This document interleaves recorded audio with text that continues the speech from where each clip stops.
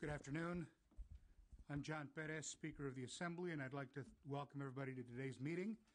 Over the past 7 months, the 3-member applicant review panel narrowed more than 4,500 applications of citizens who applied to serve on the Redistricting Commission to 60 remaining applicants. Under Proposition 11, the next step of the process is for legislative leaders to exercise up to 6 strikes, 2 from each pool. This stage of the process is different from the one that has just been completed. For the applicant review panel to add or remove somebody from the pool, it required a unanimous public vote of all 3 panelists. Under this process, each of the 4 legislative leaders acts individually. It is not a collaborative decision.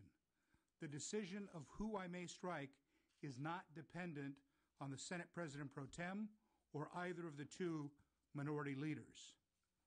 As Speaker, I've worked hard to get public input into the legislative process. That's why we held over 100 budget hearings, including several throughout the state, to give everyday Californians the opportunity to have their voices heard. In that same vein, we're holding this public meeting today to invite the public to present their views on what kind of commissioners they believe should serve in this vital role. I will be looking at many of the same characteristics that the panel was: impartiality, an appreciation for a state's diversity, ability to work with others who have different points of views, and most importantly, critical analytical skills. I will be particularly looking for potential commissioners who've demonstrated a commitment to the Voting Rights Act and to preserving communities of interest wherever possible. I'm eager to hear your voices. We will be limiting individual comments to 2 minutes. Additional written comments are always welcome and will be included in my consideration. With that, I'd now like to proceed with public testimony in the sign-in order. Each of you will be given 2 minutes. The first person invited up to speak before us is Jim Wright. Mr. Wright.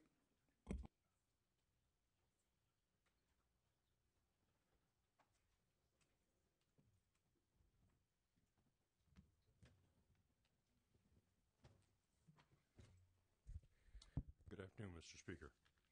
I'm Jim Wright, a voter from San Jose.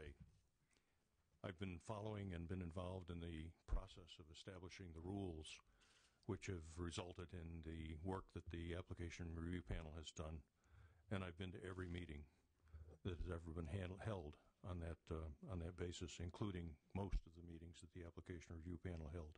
I've read all of the applicants' materials. I've seen all of the interviews. My reason for being here is to encourage you to refrain from striking anybody from this list.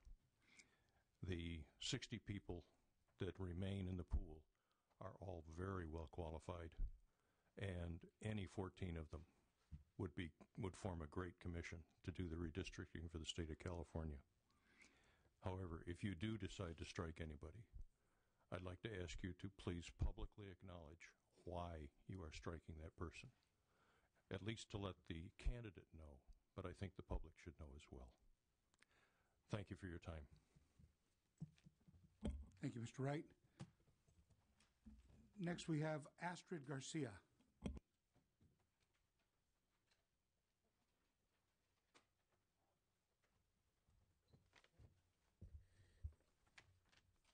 Good afternoon. Astrid Garcia with the National Association of Latino Elected and Appointed Officials, NALEO Educational Fund. NALEO Educational Fund is the leading organization that facilitates full Latino participation in the American political process, from citizenship to public service. Speaker Perez, thank you very much for this opportunity to share our perspective with you today as you prepare to advance the selection of the first ever Citizens Redistricting Commission. First, I'd like to begin by outlining qualifications that we feel all commissioners should have. In addition to meeting the eligibility criteria set forth in Proposition 11, as you already outlined, we do feel that that all commissioners should demonstrate their appreciation and understanding of the Voting Rights Act. Under Proposition 11, compliance with the Federal Voting Rights Act is the second highest priority for the maps that will be drawn by the Commission, and this is also required by federal law. While commissioners do not have to be experts, they should demonstrate a commitment to upholding the Voting Rights Act. Congress enacted the Voting Rights Act to protect against discrimination in the voting and electoral process against underrepresented groups such as African Americans, Asian Americans and Pacific Islanders, Latinos, and Native Americans. In order to determine whether California's maps comply with the Voting Rights Act, the commissioners must be fully committed to safeguarding the rights of these groups during the redistricting process. Furthermore, commissioners should demonstrate a commitment to broad outreach, as called for in Proposition 11. This should include reaching out to California's historically underrepresented groups. Next, qualified commissioners should have a track record of working with California's diverse ethnic communities through their professional or personal experiences. Therefore, they shouldn't just talk the talk, but through their experience, they should demonstrate a true understanding and appreciation of California's diverse population. Applicants that do not demonstrate the points we have outlined should therefore be considered less qualified to serve on the Citizens Redistricting Commission. Next, I'd also like to offer comments on the geographic diversity of the overall applicant pool. It is appropriate that when examining the geographic diversity of the applicant pool to permit concentrations of applicants in certain geographic areas, as long as these concentrations reflect the actual geographic distribution of California's population. For example, about 46% of California's population resides in the counties of Los Angeles, Orange, San Diego, and Ventura. Thus, in order for the applicant pool to be reasonably representative of the state's geographic diversity, it is appropriate for there to be a significant concentration of applicants from the southern coastal region. Finally, I'd like to conclude by respectfully requesting that legislative leadership make public the reason of why applicants are removed from the applicant pool. This will promote continued transparency and continued public trust in the selection of California's first ever Citizens Redistricting Commission. Thank you again for your time. Thank you. Next, Katie Fleming, followed by Ernie Powell.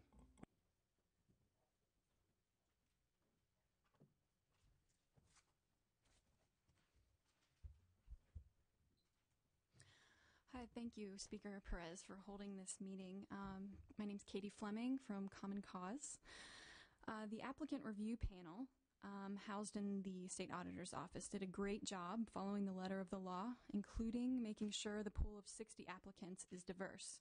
In fact, their success recently convinced a Spanish-language newspaper to switch its opposition to the Citizens Redistricting Commission to support. Common Cause would like to remind legislative leaders that diversity is a key ingredient for the success and legitimacy of the Commission. It is important when you are deciding on who and whether to strike applicants that you are not the reason the pool becomes less diverse. Thank you again for the opportunity, and good luck. Thank you. Ernie Powell, followed by Sam Kang.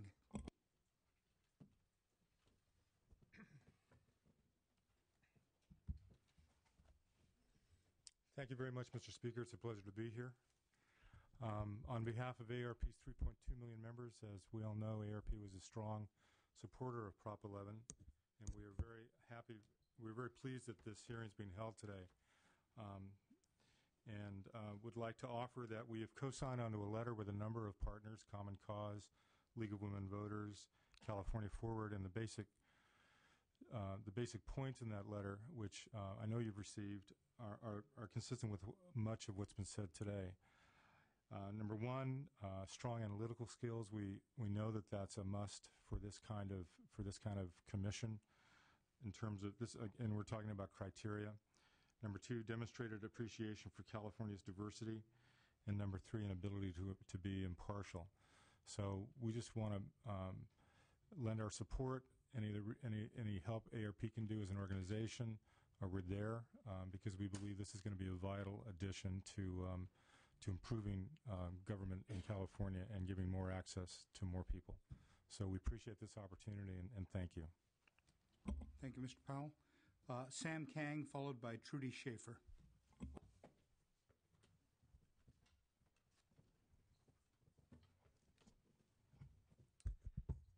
Thank you again, Mr. Speaker. My name is Sam Kang of the Green Lining Institute. I'd like to thank you for calling this special meeting here today.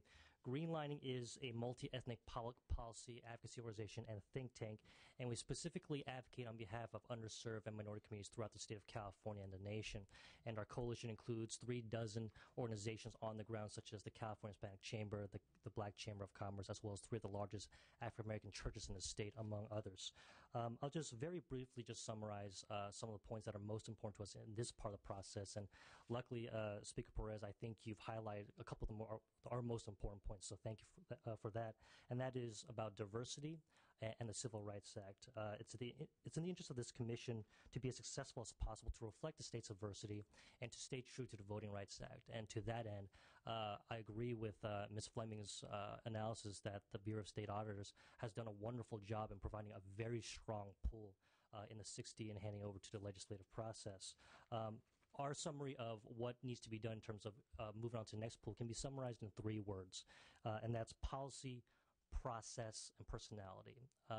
Do the remaining applicants have the policy experience to make these tough decisions as to how the redistricting process interacts with the dynamic process of the Voting Rights Act and making sure communities stay involved? Process. We need to make sure that those who are part of this commission ultimately make the process not only transparent and open, but also accessible as well. So these people can get a good cross-section and be able to listen to multi-ethnic communities throughout the state of California. And finally, personality. Can this person work across party lines? The people on this commission must display a tremendous amount of bipartisanship and the spirit to do so. So policy, process, and personality is what the Green Line Institute emphasizes. Thank you very much for this opportunity. Thank you, Mr. Kang. Trudy Schaefer, followed by Malka Capel. Thank you, Mr. Speaker. I'm Trudy Schaefer from the League of Women Voters of California, and I also appreciate very much the opportunity to direct these remarks to you. I have brought with me a copy of the letter which we did deliver to your office and to that of the other legislative leaders this morning, signed by representatives of California Common Cause, California Forward, the League of Women Voters of California, AARP California, the Rose Institute of State and Local Government at Claremont McKenna College, CAUSE, the Central Coast Alliance United for a Sustainable Economy, and the Center for Governmental Studies. And beside me, the next in line to speak is Malka Capel from California Forward, who has been instrumental in keeping a collaborative working together of groups, these and others, some of whom you've heard from already today. We would like to comment that we believe that this is an important phase that the selection process has entered when you may strike persons from the pool of 60 of the most qualified applicants. The selection process up to this point has successfully identified 60 strong candidates, and we believe they very well represent, indeed, the diversity of the state. The process has been completely open and transparent, and the public and the media have been watching with great interest.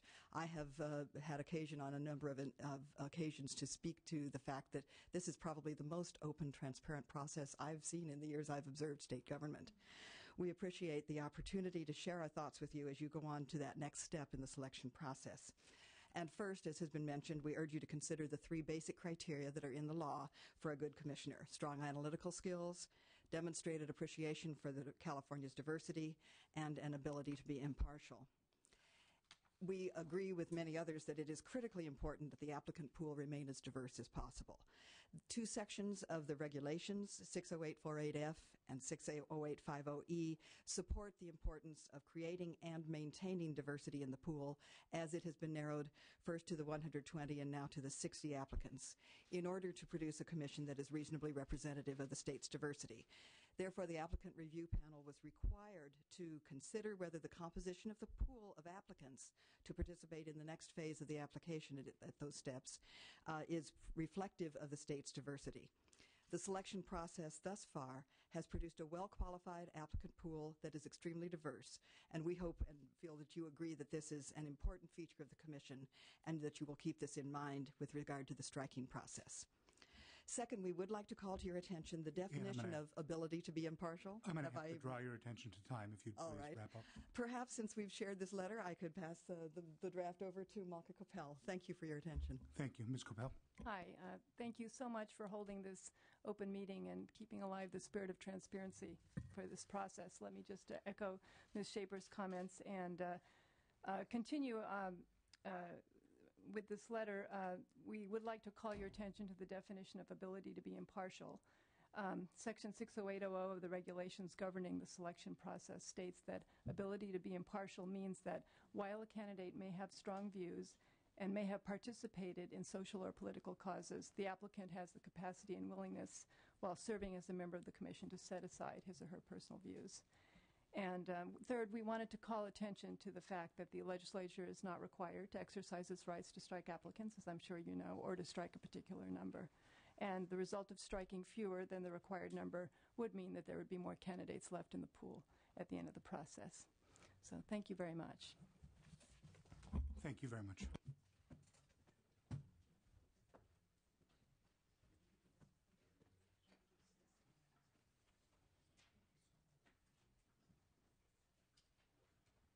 I have no other members of the public on my list. Is there any other member of the public who would like to testify at this time? Any other members of the public who would like to testify at this time? Seeing none, I'd like to thank everybody for coming and sharing their comments with us today. I will take them into consideration as I evaluate my role moving forward. If people would like to submit written comments, we would also be happy to receive them. Thank you very much. The meeting is adjourned.